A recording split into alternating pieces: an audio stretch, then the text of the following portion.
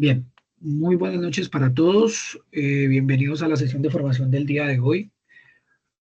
Como acostumbramos, arrancamos mirando nuestro cronograma de actividades para las sesiones, para lo que vamos a hacer en la sesión de hoy. Tenemos que para la presente semana arrancamos con una actividad de proyecto nueva, que es la actividad de proyecto 7, codificar los módulos del software. Arrancamos con una actividad de aprendizaje nueva, que es configurar herramientas de versionamiento para el control de código, con resultado de aprendizaje nuevo, que es planear las actividades de construcción del software de acuerdo con el diseño establecido. Y tenemos para la presente semana dos evidencias, una evidencia de conocimiento y una evidencia de desempeño. Dentro de este resultado de aprendizaje tenemos más actividades o más evidencias que se irán desarrollando para las próximas 2 semanas. Bien. Al iniciar con una actividad de proyecto nueva, también arrancamos con una guía de aprendizaje nueva, que sería la guía de aprendizaje 7. Acá tenemos nosotros todo lo que tiene que ver con la presentación y la formulación de actividades.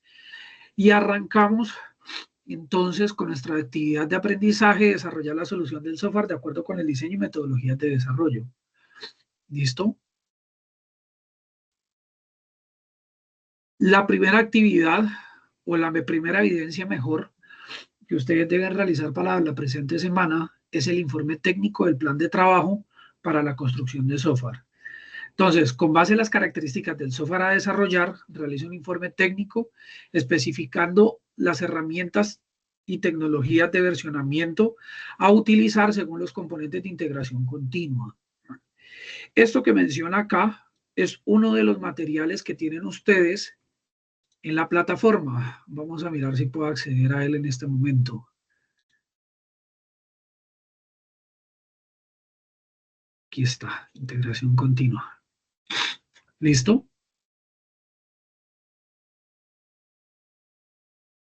Que ya vamos a hablar de él. Bien. Para la entrega de esta evidencia deben realizar un documento, o sea, el informe, en donde se sigan las normas básicas de presentación de un documento escrito. O sea, que como mínimo debe tener una introducción, un objetivo, la selección de herramientas de versionamiento a utilizar. Bien, una cosa que quiero aclararles y quiero ser muy insistente es que por favor tengan mucho cuidado con esa redacción de esos objetivos. Evaluando algunas de las evidencias que ustedes han desarrollado, hay falencias en eso, para que por favor lo tengan en cuenta. ¿Listo? Entonces deben subir el documento, el informe técnico en formato PDF, por favor, en el espacio asignado para la entrega de esa evidencia. La siguiente evidencia es definir estándares de codificación de acuerdo a la plataforma de desarrollo elegida. Entonces, con base en las características del software a desarrollar, realice un informe técnico con la estandarización de codificación a utilizar para el desarrollo de software según el componente aplicación del paradigma orientado a objetos. Eso que menciona ahí también es un material que está dentro de la plataforma. Ya lo vamos a abrir. Está por aquí. En donde pueden encontrar esa información que necesitan para el desarrollo de esas actividades. Permítanme un segundito.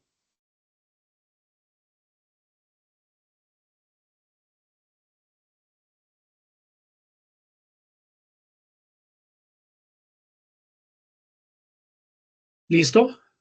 La ventaja que tienen ustedes es que con respecto a estos dos temas, con este, ustedes ya tienen información o ya tienen algo de conocimiento, ¿sí? A partir de lo que nosotros vimos anterior, de lo que hemos visto con anterioridad, ¿no?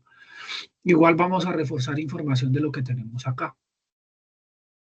Eso sí, les solicito que les pongan mucho cuidado a esta información complementaria, porque pues eso les va a ayudar a definir, a aprender obviamente, y a definir las actividades que van a realizar pues para la entrega de las evidencias de todo este resultado de aprendizaje. ¿Listo? Para que por favor lo tengan en cuenta. El día de hoy entonces vamos a mirar cuál sería el contenido correspondiente a ese control de versionamiento, ¿sí? Y ese manejo del paradigma de programación orientada a objetos. Entonces, el objetivo de la sesión son esos 4 objetivos que tenemos ahí, que sería comprender los conceptos, los estándares de codificación de programación orientada a objetos, conocer los sistemas de control de versiones, identificar las herramientas de versionamiento integrar ambas prácticas en un plan de trabajo, ¿sí? De software, ¿vale? Antes de arrancar con esto, ¿todos me escuchan bien, no? ¿No me escuchan bajito? Yo le escucho bien, profe. Si me escucho un poco ronco es que tengo principios de gripa, para que por favor me disculpen, ¿sí? Pero acá estoy dando mi mejor esfuerzo para que me puedan escuchar bien. Un paréntesis aquí, y va con respecto a la observación que les hice hace un momento.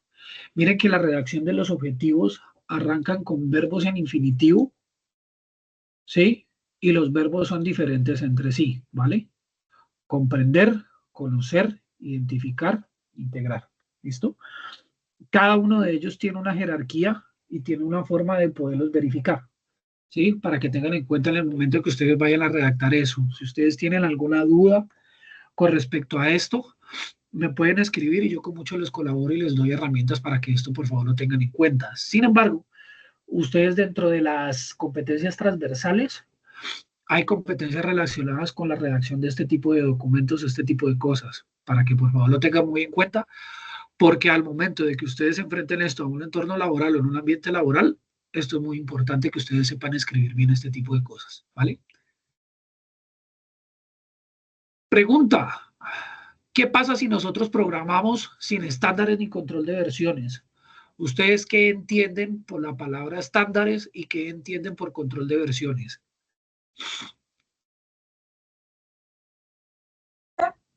Como regirse por reglas o por indicaciones y pues bajo como un manual determinado. Correcto, eso es con respecto a estándares y con respecto a control de versiones. Hacerlo pues con el que esté más actualizado, porque si uno utiliza una versión que ya esté, pues que no tenga la información actualizada, pueda que el código mal. Vale, ¿ustedes en algún momento han tenido que hacer algo como esto?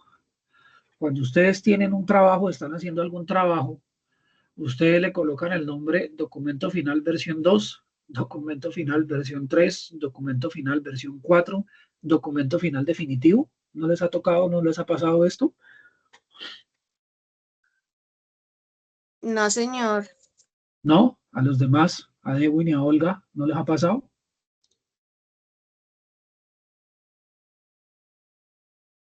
Pueden hablar sin pena, tranquilos.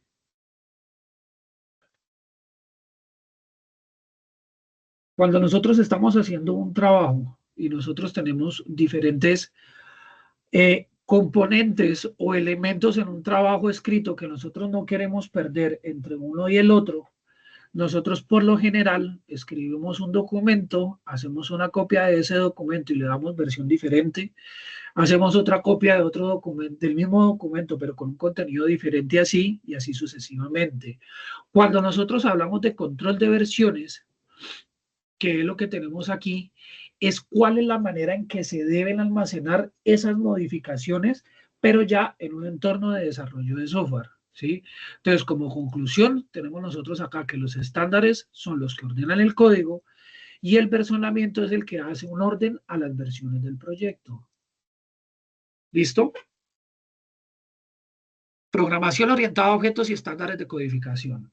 Ustedes ya saben que programación orientada a objetos nosotros tenemos la definición de qué son clases, qué son objetivos, qué es encapsulamiento, qué es herencia y qué es polimorfismo, ¿cierto? Eso nosotros lo miramos. No sé si de pronto ustedes recuerdan la presentación, a ver si la tengo yo por aquí a la mano. Si de pronto la tengo. Está acá. A ver si la tengo aquí.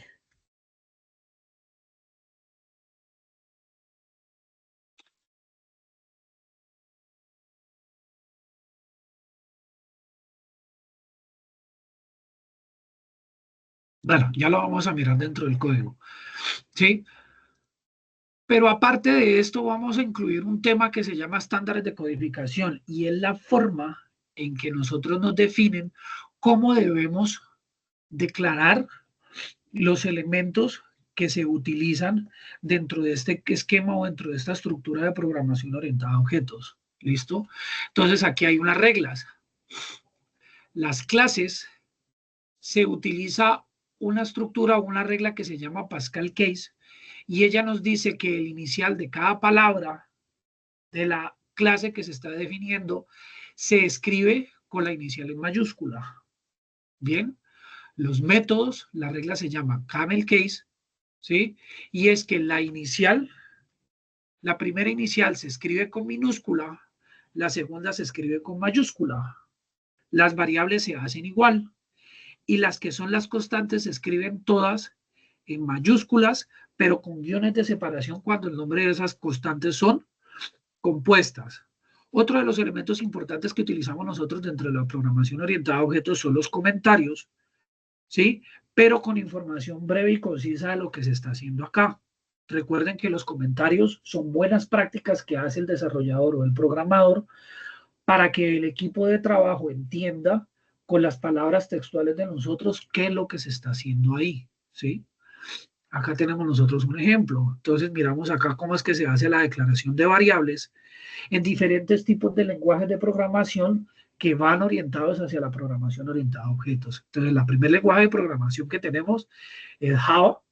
Java tiene una característica principal, es que tiene un tipado fuerte, es decir, que utiliza muchos símbolos y estructuras para poder definir cómo están estructurados los elementos dentro de la programación, ¿sí? Y una de las características principales es cuando ustedes hacen una declaración de variables en Java, es que siempre se arranca con el tipo de variable, luego el nombre de la variable y por último la asignación de esa variable, ¿sí? Entonces acá tenemos una serie de ejemplos. Arrancamos con una variable de tipo entero que se llama edad y a esa variable se le asigna el número 25, ¿sí? De las características principales que tiene Java es que cuando uno termina una línea y va a comenzar uno con otra instrucción, se agrega punto y coma. Bien. La siguiente variable es de tipo cadena de texto, ¿sí? El nombre de la variable que se llama nombre y la asignación de esa variable que sería Diego. Cuando nosotros hacemos esa asignación de variable a una variable de tipo string, ese contenido o esa cadena de caracteres se tiene que hacer dentro de unas comillas. Bien. Acá tenemos otro tipo de asignación que serían las variables de tipo doble, que esta nos permite a nosotros almacenar números, pero la diferencia es que estos números que nosotros asignamos acá tienen un componente decimal, ¿no? Se asignan de la misma manera que las variables de tipo entero, pero se agrega el símbolo del punto, ¿sí? Para indicar cuál es el componente entero y cuál es el componente decimal. Y por último, tenemos nosotros la declaración de variables de tipo booleano, que esa ustedes saben que tiene dos estados, verdadero o falso, ¿sí? Y se hace así. El tipo de variable, el nombre de la variable, ¿sí? Y el estado en que se almacena. Miren que los diferentes lenguajes de programación que soportan programación orientada a objetos, miren que la estructura o la forma en que se definen estas variables va a cambiar y esto lo van a ver en el siguiente. La siguiente es Python. Miren que en Python la declaración es mucho más simple.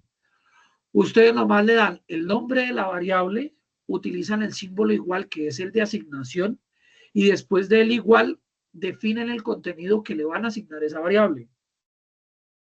Python internamente, ya con la asignación de estas variables, él internamente ya sabe de qué tipo se está almacenando la información dentro de esa variable que tenemos ahí, ¿no? Así se hace lo demás, ¿sí? Miren que para almacenar o para declarar una variable de tipo cadena de caracteres se hace igual que en el otro porque miren que la asignación se hace dentro de estas comillas, ¿sí? Y el otro tipo de lenguaje de programación es JavaScript, es más flexible que las otras porque acá nosotros tenemos una definición entre variables que pueden cambiar, variables constantes, ¿sí? Pero nosotros no tenemos que definir el tipo de variable como tal. O sea, nosotros vamos a decir, tenemos nosotros variables, tenemos variables que nunca cambian y las palabras claves que se utilizan son let y const, ¿no? Acá nos está diciendo dentro de los comentarios que var es la forma antigua en que se definía una variable, pero que el día de hoy no se utiliza, ¿sí? Entonces, la palabra clave que se utiliza es let para una variable que nosotros podemos cambiar el contenido, cons cuando es una variable constante que no va a cambiar, ¿sí? Y se hace de esta forma. Miren que esto que tenemos nosotros acá arriba, que dice acá declaración moderna, que ustedes la miran con un color diferente, eso es un comentario, ¿no? Ese es un mensaje que yo como programador estoy dejando en el código, definiendo que la estructura o el contenido que va ahí, de ahí en adelante, hace algo específico, ¿sí? Dependiendo del lenguaje de programación, esos comentarios se hacen de diferente manera. Entonces, miren que en JavaScript se hace con dos símbolos seguidos de slash y se hace el contenido. Miren que en Python se hace con el símbolo hash o el símbolo de numeral. Y en Java se hace al igual que en JavaScript con el doble slash. ¿Listo? Para que por favor lo tengan en cuenta. Acá tenemos nosotros un ejemplo comparativo entre clases. ¿Sí? Miren que acá estamos siguiendo el principio de tipado que tenemos nosotros acá, que las clases arrancan con la inicial en mayúscula, y definimos nosotros la serie de elementos que se están definiendo ahí. Entonces colocamos una clase, aquí está, de tipo pública, y el nombre de la clase. Dentro de estas llaves que tenemos acá, hacemos nosotros el contenido de lo que se va a desarrollar dentro de esa clase. En Python es un poco más sencillo porque se define la palabra clave class, sea el nombre de la clase, dos puntos, y se define acá internamente qué es lo que se va a hacer. En JavaScript es muy similar, pero en este caso se hace con llaves. Entonces vamos a mirar aquí una serie de ejemplos. Miren que acá tenemos nosotros en Java cómo se genera una clase y la sintaxis de cómo es que se hace aquí en este lenguaje de programación. Entonces, miren, generamos nosotros la clase de tipo pública, se llama persona. Generamos nosotros una variable privada o interna que se llama nombre. Generamos una variable interna que se llama edad. ¿Sí? E internamente nosotros hacemos el constructor para que cuando se envíe la información para el funcionamiento de esta clase, se reciba de manera adecuada el nombre y se reciba de manera adecuada la edad, ¿no? Eso que nosotros estamos haciendo aquí es que estamos definiendo de qué manera se va a recibir la información para que esta clase funcione, ¿sí? De manera adecuada. Cuando ustedes la generan o la crean, siempre tienen que crear un constructor en donde se define la manera en que cómo esto va a operar. Bien, el método es la forma en que se utiliza, cómo es que va a funcionar esta clase, ¿no? Miren que el método, cuando nosotros declaramos el método, tiene un tipado completamente diferente al de la clase. Miren que acá se utiliza el tipado camel case, que la inicial de la primera palabra va en minúscula, la inicial de la segunda palabra va en mayúscula, y así es como se define. Esas son reglas o son normas que el programador sabe y conoce, ¿sí? Para poder estructurar desde la forma de la definición qué es lo que se está haciendo ahí. ¿Bien?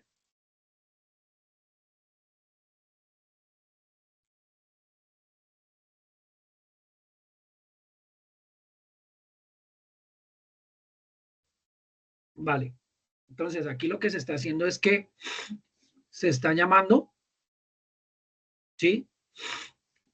A esta clase se le está definiendo el nombre y la edad y simplemente se muestra, ¿no? Dentro de la clase.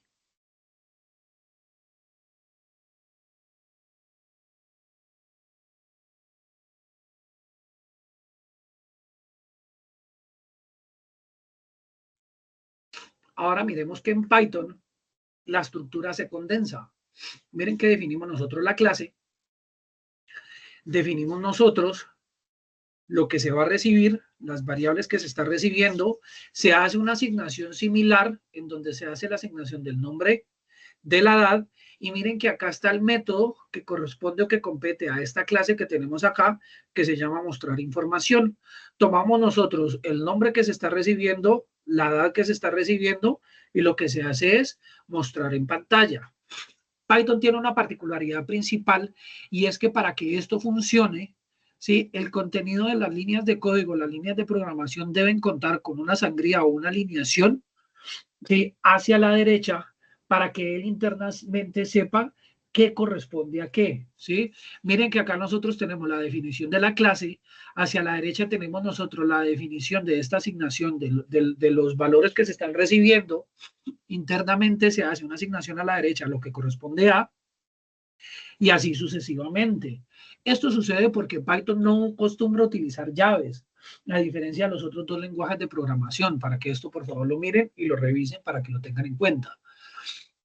Miren que la forma de JavaScript es una forma más condensada de lo que hace Java y es un entorno un poco similar a lo que se hace en Python. Miren que la clase se define de la misma manera, no se utiliza si es pública o es privada, se genera el constructor con nombre y edad, se hace la asignación, no tenemos que hacer nosotros esa declaración de las variables inicial y acá se hace la definición del método de una forma más sencilla. Ya se cogen los valores que se están asignando dentro del constructor y lo que se hace es una muestra de información. Para lenguajes de programación como Java y como JavaScript, ustedes tienen que tener mucho cuidado en cómo es que se utilizan las llaves, ¿sí? Para asignar o para definir cuál es su contenido y cómo va la estructura. Recuerden que esas llaves van en parejas, ¿sí? Va llave de apertura, llave de cierre, ¿sí? Llave de apertura, llave de cierre. Dentro de la llave de apertura lo que tenemos acá y la llave de cierre que tenemos acá, aquí se asignan los elementos que corresponden o se hace a lo que corresponde, ya sea a la clase, ya sea al método, ya sea al constructor que ustedes estén creando o ustedes estén generando.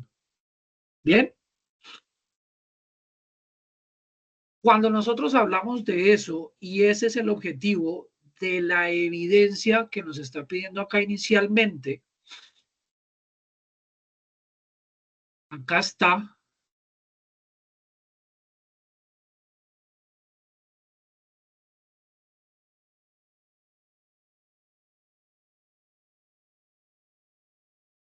esta, en la segunda, ¿sí? Lo que ustedes tienen que definir en ese documento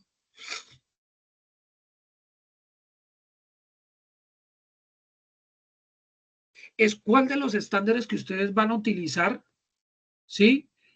Dentro del desarrollo del proyecto que ustedes están realizando, tienen que definir ustedes de qué manera ustedes van a hacer lo que es la asignación, el nombramiento de las variables, la declaración de las clases y la declaración de los métodos dentro del funcionamiento, dentro de lo que ustedes van a realizar. O sea, ustedes lo que van a decir, lo que van a hacer, vamos a utilizar programación orientada a objetos, vamos a utilizar este lenguaje de programación porque este lenguaje de programación me permite hacer esto, esto y esto.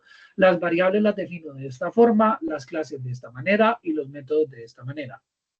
Y se acabó. Tienen que hacer ustedes es un informe con respecto a eso que nosotros acabamos de ver. ¿Bien? ¿Claro?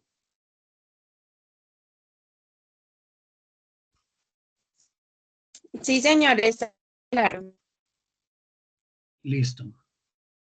El segundo tema que ustedes tienen que tener en cuenta para el desarrollo de estas actividades, y es un tema fundamental que necesito que ustedes lo tengan en cuenta, es sobre algo que se llama el sistema de control de versiones, ¿sí?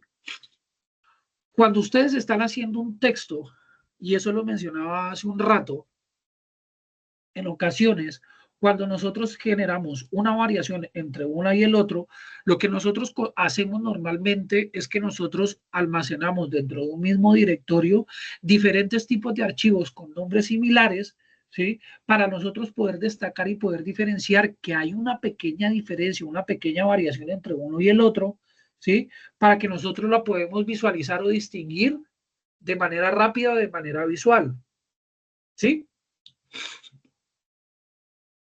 Yo creo que la forma más fácil sería hagámoslo dentro de un código. Hagámoslo así. Hagamos una página web aquí sencilla.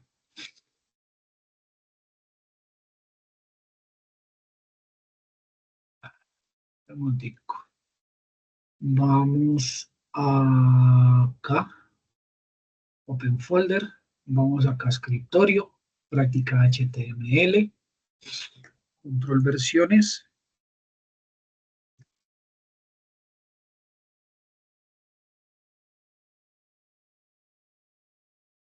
¿Listo? Vamos acá. Vamos a hacer un ejemplo muy sencillo. Vamos a hacer un index.html.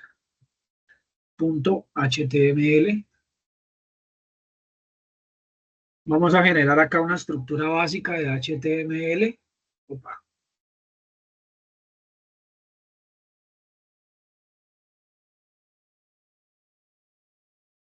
¿Listo? Vamos a colocar aquí un título. Esta es la versión inicial. ¿Listo? Acá no tenemos nada del otro mundo. Esto es lo que hemos desarrollado.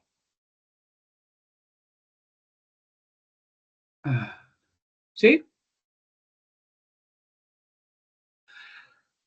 Resulta que yo a esa página web que estoy creando necesito hacer unas modificaciones, ¿sí? Pero yo necesito que esa versión inicial que yo hice no se me pierda.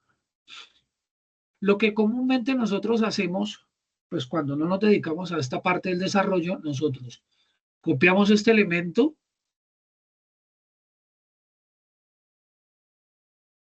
le colocamos un nombre diferente, le colocamos, por ejemplo, index versión 2, ¿sí? Y en esta versión 2, entonces voy a hacer la modificación.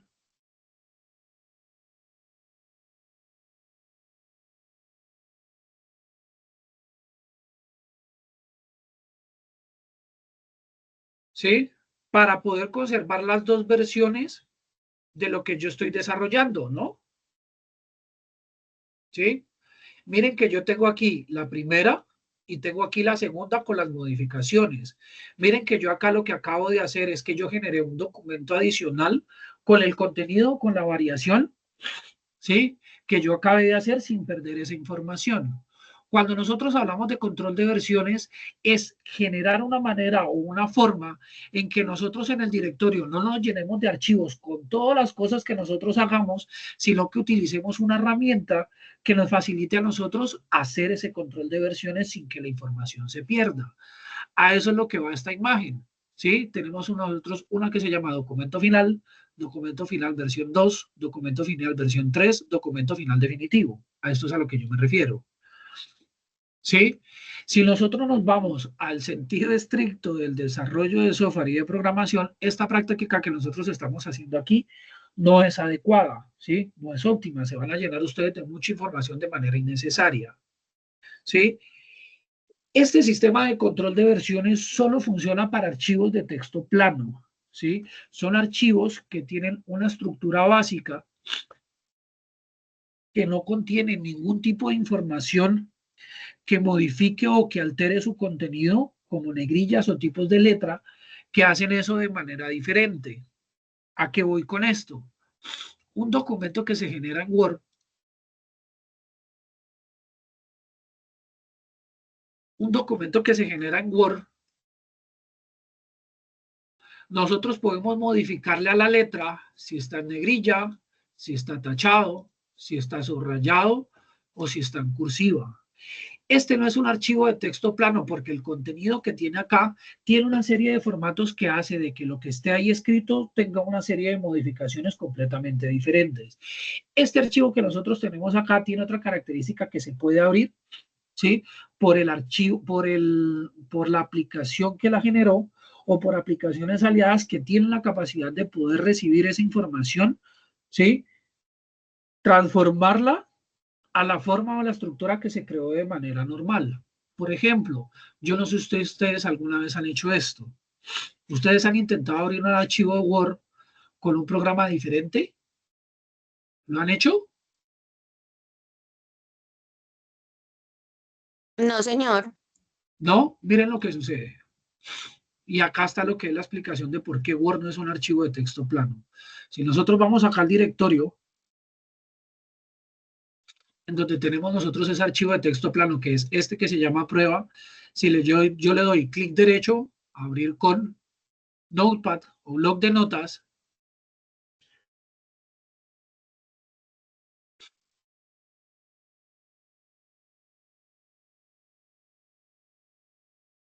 A ver si me la deja abrir de otra manera. Hagámoslo con Visual Code. A ver qué me genera. Me dice a mí que ese documento no se puede abrir, ¿sí? Porque no tiene la estructura soportada para que nuestra aplicación nos sirva para poderla abrir. En este caso no se me muestra el ejemplo y es que a veces cuando ustedes abren un archivo que aparece una serie de símbolos raros es porque ustedes lo están abriendo con la herramienta que no es la adecuada para poder hacer eso, ¿sí? Los archivos de texto plano como tal son esos archivos simples o sencillos que se hacen bajo esas estructuras. Cuando ustedes hacen un archivo en un lenguaje de programación, ese archivo es un archivo de texto plano porque es un archivo que tiene el contenido del texto, pero el IDE es el que se encarga de coger ese texto que está escrito en un lenguaje de programación, convertirlo, transformarlo, ¿sí? En ese producto final que ustedes están generando. Este sistema de control de versiones se encarga en gestionar esa información que se genera en esos archivos de texto plano. ¿Listo? ¿Sí es claro o no es claro esa parte? Sí, profe, es decir que los archivos de texto plano son solamente los que se crean en Visual o hay otro tipo de archivos que también pueden ser planos, pues como que se hagan en otra aplicación. Esa pregunta es importante y esa pregunta es excelente. Visual es el IDE que nosotros estamos utilizando para poder programar, ¿no? Pero no es el único que existe en el mercado, ¿sí? Acá dentro del material que tenemos aquí, dentro del material que tenemos en la plataforma, miremos acá, porque yo por aquí lo vi.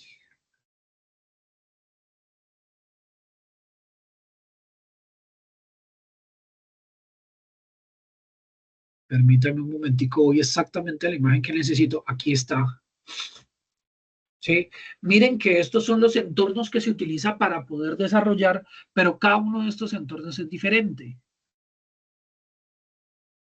¿Sí? El entorno es diferente, pero el resultado que se genera aquí es completamente igual porque son archivos de texto plano. Son archivos que en esencia no se modifican o no tienen una configuración de estilos especiales, ¿sí? Para que no se modifiquen entre uno y el otro. Coloquemos un ejemplo, a ver, para que de pronto les quede un poquito más claro, porque esto sí es importante que les quede bien definido.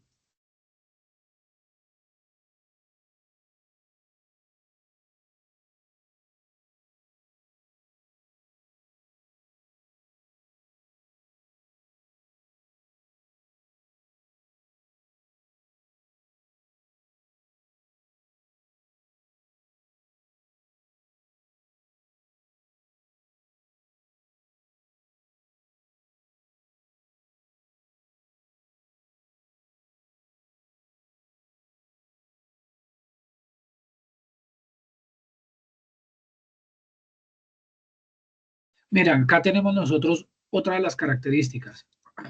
Otra de las características que nosotros tenemos de los archivos de texto plano es el peso, ¿sí? Miren que los archivos de texto plano, o generemos aquí, por ejemplo, un bloc de notas, un archivo TXT.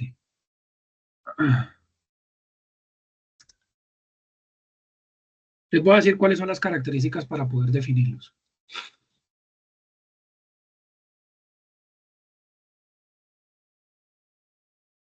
Miren, una de las características es que los contenidos tienen información que es legible entre ustedes, o sea, entre ustedes como usuarios y entre la máquina. Es decir, que el contenido de esos textos contienen solo letras, números, signos de puntuación o saltos de línea. Es decir, que si el documento cuenta con una imagen, de una sola se descarta que sea un archivo de texto plano. Esa es una de las características. Otra, que el contenido de la información que está ahí adentro no contiene diseño tipográfico o formato tipográfico. Es decir, que el tipo de letra que se tiene ahí o que se está escrito no se puede modificar.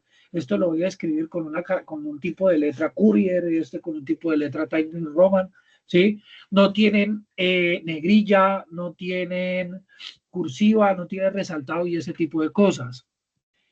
Tienen extensiones especiales, por ejemplo, los que tienen extensiones, que ustedes ya saben que es como el apellido del archivo, de las más comunes tenemos nosotros los TXT, los .log, los CSV, ¿sí?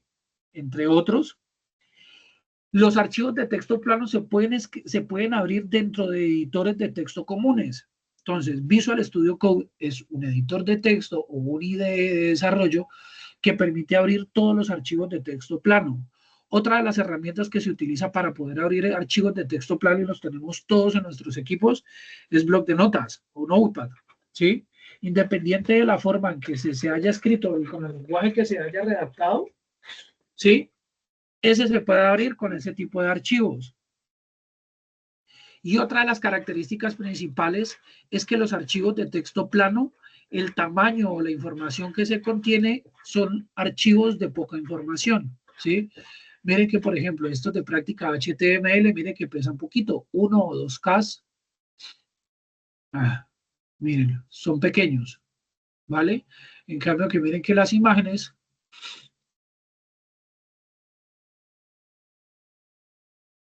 son más grandes o más pesadas, ¿vale? ¿Sí les queda mejor definido? Sí, profe, ya quedó más claro. Entonces, el sistema de control de las versiones nos permite a nosotros gestionar cuáles cambios se han hecho en un archivo, ¿sí? Mirar qué se hizo, cuál es el historial de esa modificación, devolvernos o colaborar dentro de eso que nosotros estamos haciendo. La idea es que ustedes, cuando hacen un archivo de estos, ¿sí? Y van a hacer las versiones, hay un protocolo, hay una forma en que cuando ustedes hacen la modificación, ¿sí? Ustedes dejan una información o unos metadatos en donde se especifica, hice la modificación tal en el sitio tal porque necesitaba resolver esto, por ejemplo. Y hay un identificador que dice quién es la persona que hizo la modificación para poder entrar a revisar qué fue lo que se solucionó, qué fue lo que se hizo. ¿Listo? Hay diferentes formas de poder hacer ese sistema de control de versiones. Tenemos tipos locales, tipos centralizados o tipos distribuidos. De tipo local es cuando nosotros lo hacemos localmente dentro del equipo o dentro del computador. ¿Sí? Tipos centralizados es cuando la persona se remite hacia un servidor, entra a modificar la información dentro de ese servidor y sale. ¿Sí? El problema de este tipo de formas o de este tipo de manera de hacer un sistema de control de versiones centralizados surge cuando un equipo de desarrollo lo hace al tiempo dentro de un mismo sistema de información, ¿vale? Es decir, estamos nosotros cuatro, estamos haciendo un desarrollo, tenemos nosotros un solo equipo para poder entrar a modificar lo que estamos nosotros haciendo y todos le metemos la mano al tiempo, ¿sí? Eso es cuando es centralizado. Y distribuido es cuando nosotros tenemos un servidor principal, pero en cada uno de nuestros equipos nosotros tenemos una copia o un respaldo de lo que se está haciendo. Nosotros de manera independiente hacemos las modificaciones del trabajo que se está realizando y cuando nosotros ya tengamos esas modificaciones hechas o realizadas, la cargamos hacia el servidor principal con la información, el historial de lo que nosotros hicimos, ¿sí? Para poder hacer el seguimiento y que todos cuenten con esa información del equipo de desarrollo. La ventaja dentro de los distribuidos y los centralizados es que se puede hacer un mejor control de ese versionamiento de manera particular entre cada uno de los integrantes del equipo de desarrollo.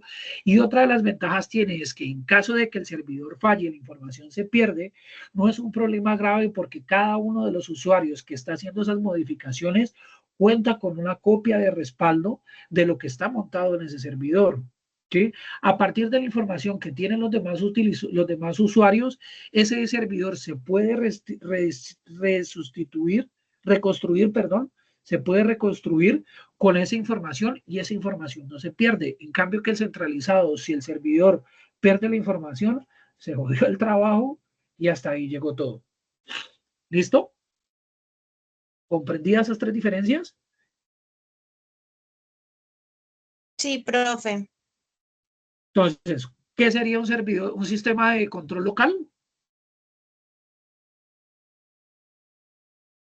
que es, o se realiza pues, ¿cómo lo explico? Como en uno solo, no se mueve la modificación de cierta ubicación o de cierta aplicación.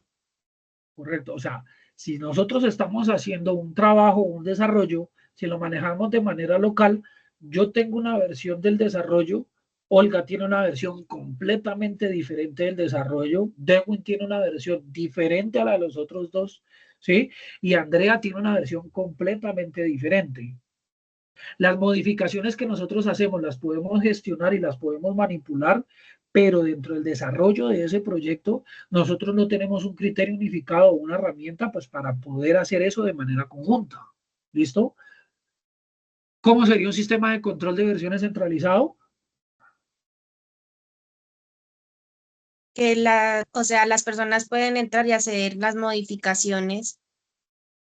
Pero dentro de un servidor, ¿no? Sí, señor. ¿Sí? O sea, todos pueden acceder al tiempo A, hacen las modificaciones de, ¿sí? Pero si se daña eso, se jodió todo. ¿Y los distribuidos?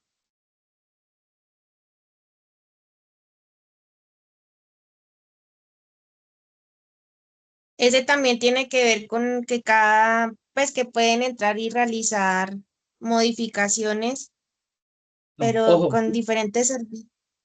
No, ojo, no, ojo. Cada una de las personas que va a entrar a modificar eso, cada una de las personas tiene una copia, cada una de las personas hace sus modificaciones de manera local y cuando termine de hacer esas modificaciones, la carga al repositorio que se tiene en el servidor, ¿sí? Para que quede público en todos, ¿sí? Y se pueda hacer ese desarrollo de ese producto que se está construyendo. Locales no, ok. centralizados distribuidos, ¿sí? Cuando miremos nosotros y aprendamos a manejar ese sistema de control de versiones, vamos a arrancar haciendo un sistema local, entonces internamente vamos a hacer un código, vamos a comenzar a hacer modificaciones, vamos a guardar esas modificaciones, ¿sí? Y nos vamos a devolver a versiones anteriores, para que esto por favor lo tengan en cuenta. Y distribuido lo vamos a cargar a un repositorio, ¿sí? Vamos a hacer localmente esas modificaciones, las vamos a cargar allá y otro de ustedes va a tomar eso, lo va a descargar, ¿sí? Y va a hacer las modificaciones propias de ese código o eso que se está haciendo. Hay una serie de partes o pasos que se deben surtir para que esto se haga de manera eficiente o de manera efectiva. ¿Listo? Yo creo que me toca es mejorar así chiquitico y aumentar más bien el zoom. Eso. Lo primero que se hace cuando nosotros hacemos un sistema de control de versiones es que nosotros tenemos el documento del archivo de texto plano dentro de un directorio y lo primero que nosotros tenemos que hacer es iniciar este archivo, ¿sí? Dentro del sistema de control de versiones. Bien.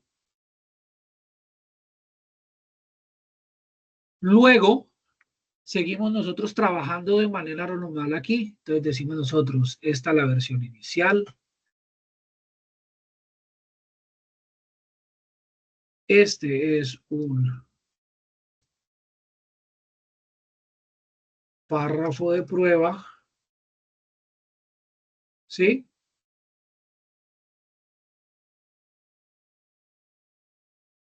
Aquí colocaremos la información utilizada. Bien.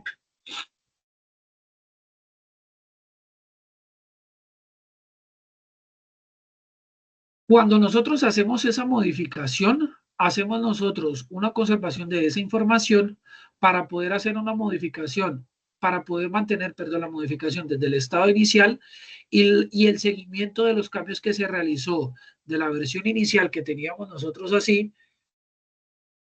Esta sería la versión inicial.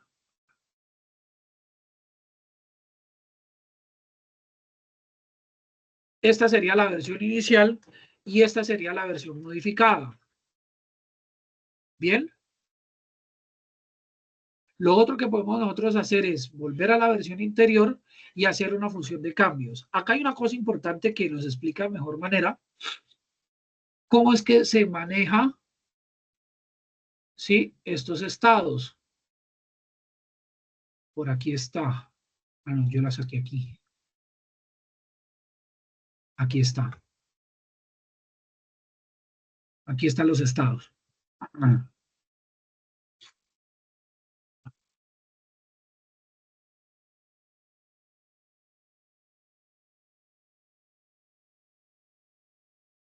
Entonces,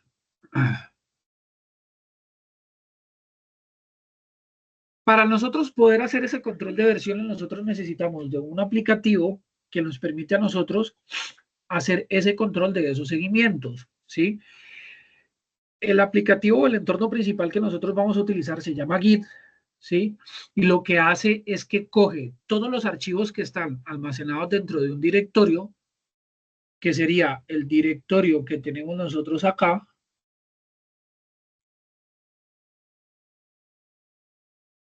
Este va a comenzar a hacer el seguimiento de todo lo que sucede aquí, ¿sí? De todas las modificaciones y todo lo que hay ahí. Entonces, lo primero es que en el espacio de trabajo, donde nosotros editamos directamente dentro del archivo, nosotros tenemos esos archivos o ese contenido que tenemos dentro de ese directorio en un estado que se llama untracked, o sea, sin seguimiento, o un estado que se llama modificados, ¿sí? Por ejemplo, generamos nosotros este archivo que se llama HTML y nosotros necesitamos cargar eso, ¿sí?, a ese sistema de gestión de control de versiones. Ese sistema de control de versiones se llama Git. Aquí está, Git Bash. Y aquí nosotros vamos a comenzar a hacer ese seguimiento de eso que tenemos acá. ¿Listo? Si ustedes miran aquí, este es un entorno de terminal, por eso les decía a ustedes que terminal es muy importante. Entonces, tienen ustedes que hacer ese manejo dentro de esta herramienta. Más adelante les voy a enseñar cómo se instala para poder hacer esa verificación de esos estados. Entonces, lo primero que nosotros hacemos es que dentro de Git Bash vamos hacia el directorio en donde se encuentra el repositorio que nosotros vamos a hacer ese sistema de control de versiones. Ojo que eso que les estoy explicando es para ustedes decirles cómo es que es el proceso que se hace en los estados de un archivo dentro de ese sistema de control de versiones para que lo tengan en cuenta. Entonces, vamos a ir aquí con ls. Ok, vamos a OneDrive, entonces CD, yo creo que así se ve un poquito más.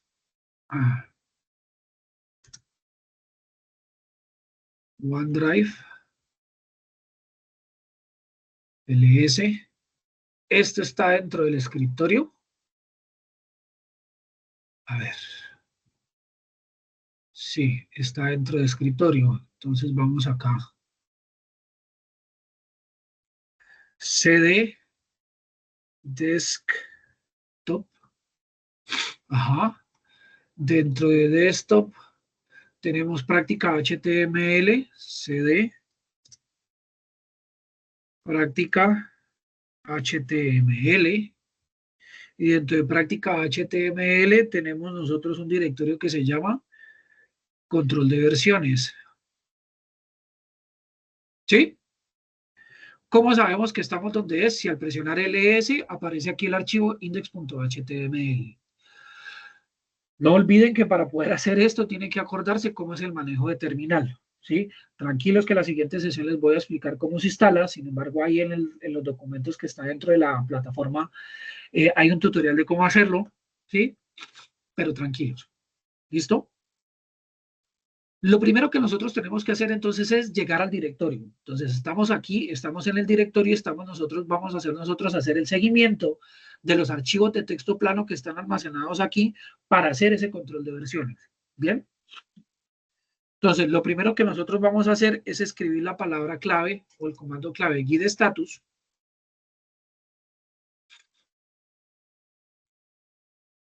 Y acá lo que está diciendo es que eso que tenemos nosotros aquí no está iniciado dentro de ese repositorio de Git. Entonces, arrancamos nosotros con git init. Ya se inició. guide status.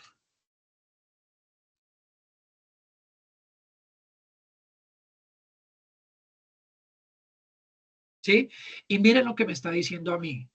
¿Usted tiene un archivo? Sí, señor. Ese archivo se llama index.html, pero a ese archivo que yo tengo ahí, yo no le estoy haciendo seguimiento de ese control de versiones. ¿Sí? Cuando este sucede, lo que está diciendo aquí es que este archivo de texto plano que yo tengo acá, no lo estoy traqueando o no lo estoy siguiendo. ¿Vale? Para yo empezar a hacerle seguimiento a este archivo que tengo acá, tengo que pasarlo a otro estado que se llama un estado de preparación, ¿sí? Ese estado se llama el área de staging, ¿sí? Para poder iniciar con eso, nosotros tenemos que darle seguimiento a esto que tenemos acá. Entonces, si nosotros escribimos git add index.html, miren que acá ya hay una modificación y si yo vuelvo a mi guía de status, ya me está diciendo que ese archivo pasó de un estado sin seguimiento a un estado de seguimiento. Es decir, que el programa de control de versiones ya está prestando atención de qué es lo que se está haciendo ahí. ¿Listo? Ojo que en esa versión que yo estoy haciendo ese seguimiento, ¿se revisó el code? No, aquí está. En esa versión de ese seguimiento, ¿sí? Él lo que está haciendo es que él me está tomando la información que está en este estado inicial que yo almacené, ¿no? Entonces yo voy aquí, vamos nuevamente acá, aquí de status, ahí está, ¿sí? Y estamos ahí. Le estoy haciendo el seguimiento. Voy a hacer que esto que tengo aquí lo voy a inicializar dentro de este sistema de control de versiones. Es decir, que yo voy a comenzar a hacer el historial de las versiones que estoy haciendo de ese desarrollo que estoy haciendo ahí. Cuando nosotros hacemos eso es que nosotros cogemos ese documento, lo empezamos a agregar al repositorio del control de versiones con un comando especial. Entonces el comando es git omit -m y dentro de las comillas damos nosotros el mensaje de qué es lo que nosotros estamos haciendo ahí. Es decir, vamos a agregar nosotros un comentario al control de versiones, ¿sí? De lo que indica qué es lo que nosotros estamos haciendo inicialmente. Siempre que ustedes arranquen un sistema de control de versiones, tienen que arrancar con el inicio del repositorio del control de versiones con un commit inicial. Entonces, este es el archivo inicial del proyecto. ¿Listo? Enter. Ahí está. Entonces está diciendo acá, en la rama principal, eso lo vamos a ver más adelante, con un código como tal. Este fue el mensaje que yo agregué. Modifiqué el archivo de manera correcta. Bien. Cuando nosotros ya agregamos esto de manera correcta, quiere decir que esto ya está dentro del repositorio del control de versiones y ya podemos entrar a hacer las modificaciones que nosotros queramos aquí. ¿Sí? Vamos a generar nosotros las modificaciones. Entonces, vamos acá. Este es el párrafo de prueba H2. Aquí agregaremos la información principal. ¿Sí? Control S. Miramos nosotros que hicimos las modificaciones. Aquí está. Bien. Y vamos a agregar estas modificaciones que tenemos aquí, que acabamos de hacer, dentro del repositorio, ¿sí? ¿Qué hacíamos antes? Entonces nosotros hacíamos acá, generábamos un archivo nuevo y hacíamos eso. Pero en este caso, no, o sea, hacíamos esas modificaciones como lo explicamos inicialmente. Con el sistema de control de versiones dentro del mismo archivo, vamos a agregar esa información adicional que nosotros tenemos ahí. Entonces, nosotros por protocolo, lo primero que hacemos aquí es colocar guide status, ¿sí? Miren que en guide status ya me cambió el estado y me está diciendo, vea, ese archivo que yo estoy siguiendo se hizo una modificación. Miren que aquí me está diciendo que el archivo index.html ha sido modificado acá como lo tenemos aquí, ¿sí? Con este mensaje de color rojo. ¿Eso qué quiere decir? Que nosotros, esa modificación que acabamos de hacer, necesitamos agregarla al repositorio de archivos o al repositorio de versiones que creamos para ese archivo de texto plano. Entonces, para poder hacer eso, entonces, ¿qué hacemos? Escribimos nosotros primero git add, ¿sí? Y luego agregamos el commit. Entonces, escribimos git commit-m y le colocamos nosotros el mensaje para esa versión que nosotros acabamos de crear. Entonces le colocamos, se agregó un pequeño párrafo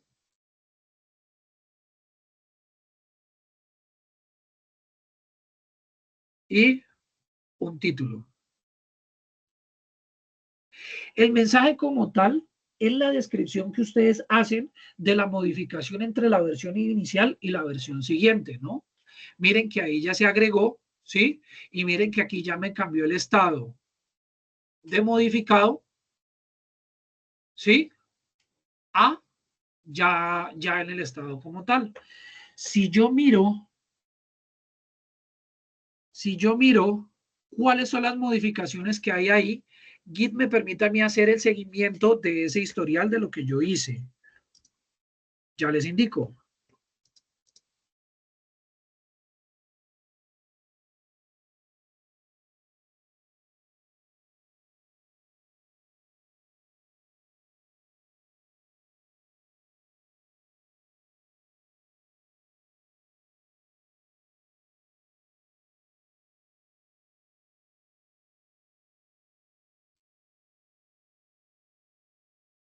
Si yo le digo acá git log, miren que acá yo tengo que hice una primera modificación,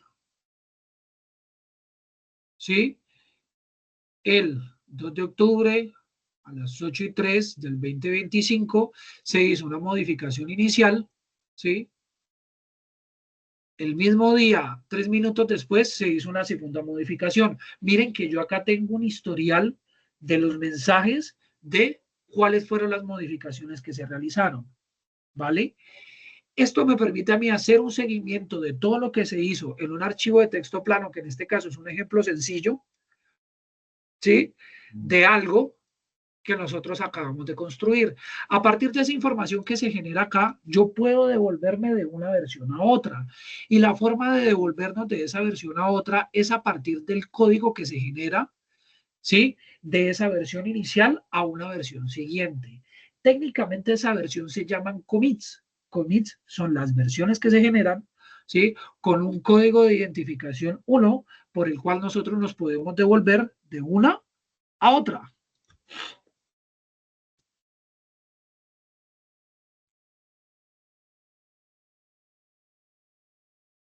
¿Cómo hacemos nosotros esa modificación?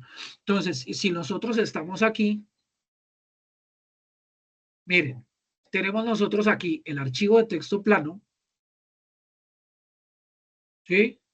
Git me dice que ese archivo de texto plano lo estoy siguiendo, lo estoy traqueando con Git, porque tengo esta serie de versiones, y si ustedes miran que en el repositorio de documentos tengo uno solo, para yo poder pasar de uno al otro, lo que hago yo es lo siguiente. Entonces, Git checkout check, así. Y colocamos nosotros el código de la versión del checkout que nosotros acabamos que nosotros vamos a devolvernos. Lo copiamos. Ah, pues madre, la amarré. Permítame un segundito. Pues madre. Tranquilos que eso no se pierde. Bueno, esto me sucedió a mí, pero no hay problema, eso le pasa a cualquiera. Para que igual también sirve para que no se van a asustar. Vamos a abrir nuevamente Git Bash. Vamos nuevamente al directorio.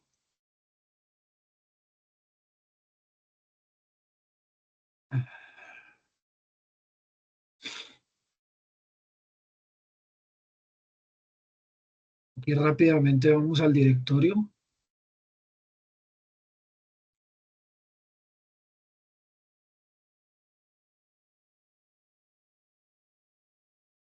Control de versiones. Ok. Me perdí en el directorio. Permítame un segundito porque aquí como cometí ese error me perdí. Estoy en el escritorio. Me faltas práctica HTML.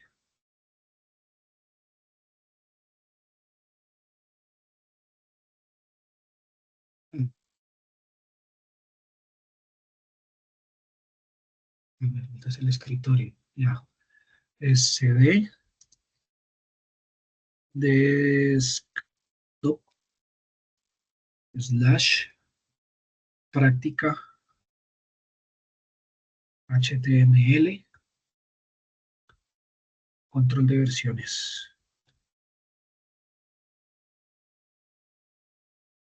Eso. Bien. Estamos ahí. Bien. Vamos nuevamente a mirar el historial que teníamos hace un rato. Sí, aquí están los commits. Entonces, estamos nosotros acá.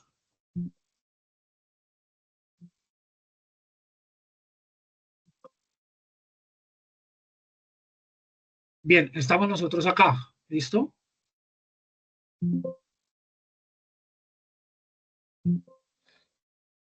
Permítame un segundito que me presentó otro problema, un momentico.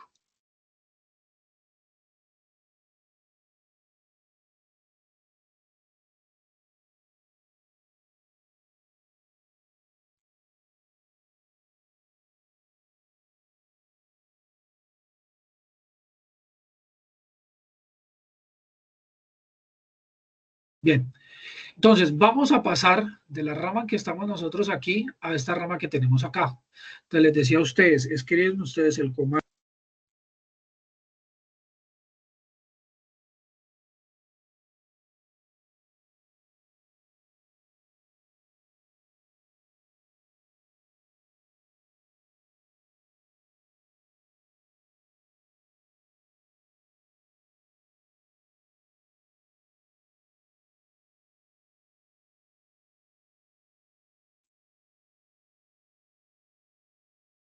Profe, se le cerró el micrófono. Ay, lo siento. Tenemos nosotros aquí el historial de las versiones. Bien, entonces escribimos nosotros el comando git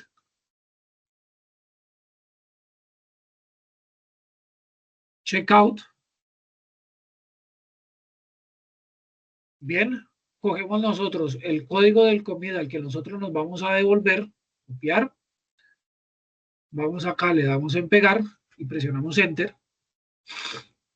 Listo. Y miren que el archivo que yo estoy manipulando se devolvió a esa versión anterior que nosotros teníamos ahí. ¿Vale? Miren que ya no tengo yo la necesidad de generar infinita cantidad de archivos para las versiones, ¿sí? Y yo puedo navegar entre una versión y la otra. Miren que yo aún no he perdido el contenido de la otra versión que yo había generado, ¿no? Si yo presiono git log, aquí está, y me devolví. Bien, para que esto por favor lo tengan en cuenta. Entonces, esta es la forma o es la manera en que se maneja ese control de versiones, ¿sí? De estos archivos de texto plano y a eso es a lo que ustedes van a llegar. Entonces, arrancamos nosotros, ¿sí? Con el directorio de trabajo. Luego hacemos un seguimiento de lo que pasa dentro de ese directorio de trabajo, lo pasamos a una área de preparación y luego cogemos ese documento del área de preparación, lo agregamos ¿sí? a ese repositorio de control de versiones para hacer eso y seguimos así sucesivamente como les acabo de mostrar. Bien, ¿qué es esto que tenemos acá? Acá están lo que son los comandos más utilizados. Entonces, para iniciar el repositorio, para ver el estado, lo que acabamos de hacer, para agregar el archivo, para guardar los cambios, para ver el historial. Y esto, pues esto ya lo miramos después. Miramos solo el checkout. Más adelante miramos el resto. Las plataformas que se utilizan para este versionamiento, pero esto es para versionamiento remoto, tenemos nosotros GitHub, GitLab y Bitbucket, que tienen un principio similar. ¿Sí? Pero con una serie de herramientas adicionales. Más información de esto la tienen ustedes dentro de los documentos de la plataforma, ¿sí? Y eso sería todo. Bien. No se asusten todavía, tienen una semana todavía para asustarse de esto que nosotros acabamos de hacer. A lo que yo voy es que aquí les acabo de explicar cómo es que funcionan esta parte de la integración continua del control de versiones para el desarrollo de esa evidencia. La evidencia es más sencilla. Lo que ustedes tienen que hacer es que expliquen ustedes cómo funciona la herramienta de control de versionamiento, ¿sí? Según la información que tienen acá, ¿vale? Para que por favor realicen eso. Preguntas, dudas, quejas, reclamos, inquietudes.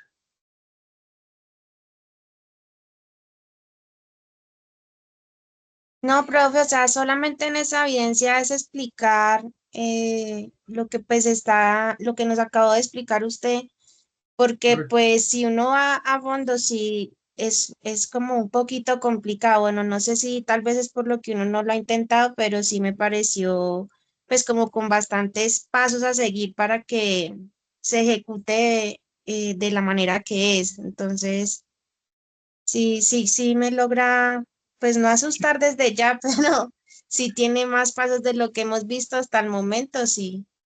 Lo que pasa es que aquí ya se comienza a entrar en lo que es ya esa parte o ese proceso de ese desarrollo de software.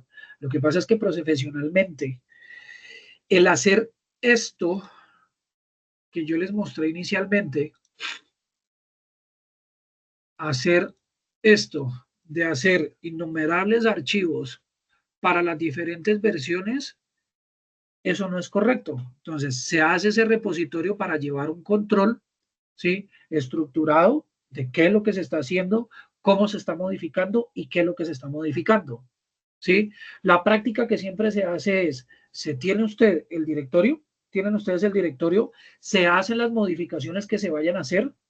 Cuando ustedes consideran de que esa modificación es una modificación importante y necesitan ustedes agregarla al repositorio, entonces hacen todo el proceso del control de versiones, que es más o menos lo que acabamos de hacer ahora, y siguen haciendo las modificaciones. Entonces, cuando ustedes quieren devolverse, entonces a partir de esos mensajes de los commit, la práctica es que esos mensajes le indiquen a ustedes qué fue lo más importante que ustedes hicieron en esa versión, ¿sí? Para que cuando ustedes miren el historial, ustedes con el mensaje, ustedes ya saben qué es lo que hicieron ahí diferente. Y simplemente o se devuelven o van nuevamente a la posición en donde está. Tranquilos que aquí simplemente estamos viendo cómo es que funciona el sistema de control de versiones. En las sesiones en la sesión de la siguiente semana y en las sesiones de asesoría vamos a molerle bastante a esto porque esto es un tema muy importante. ¿Vale? Listo, profe. Esto lo tienen que aprender a manejar muy bien. ¿Listo? Porque de aquí en adelante la mayoría de las evidencias se va a pedir. Y en serio, si quieren, miren las guías de aprendizaje, ustedes tienen las guías, las guías son de acceso de ustedes. Miren que las evidencias de las siguientes guías se pide dentro de los requerimientos que todos los desarrollos que ustedes estén haciendo tenga aplicado un sistema de control de versiones. Entonces tienen que aplicar el funcionamiento de ese Git para poder hacer eso. Acá hay pasos que me salté, hay pasos iniciales que ustedes tienen que desarrollar.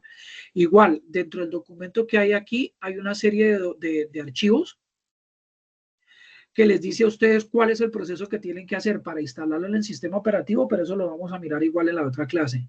Cómo se hace en Windows, cómo se hace en distribuciones Linux, ¿sí? Y todo este cuento, ¿vale? Para la evidencia no se me asusten, pero sí prepárense para lo que viene. Ese es el resumen. ¿Bien? ¿Sí? Olga, ¿claro? Dewin, ¿claro? No, pero yo quiero escucharlos, eso de la manita arriba, porque tengo una pantalla para verlos, pero si no, Sí, profe, ¿listo, todo claro. muchachos? Listo, perfecto. Vale, entonces eso sería todo, muchachos, por el día de hoy. Gracias a ustedes por su asistencia y nos vemos la próxima semana. Muchas gracias, profe. Que pasen buena noche. Perdón, antes de que se retiren, ¿necesitan esto o no lo necesitan? Sí, profe, por favor. Bien. Tengo esta información de acá y ya las cargo al grupo. Listo, muchachos, gracias, que Bueno, descansen. Gracias, hasta Gracias, feliz mañana. noche.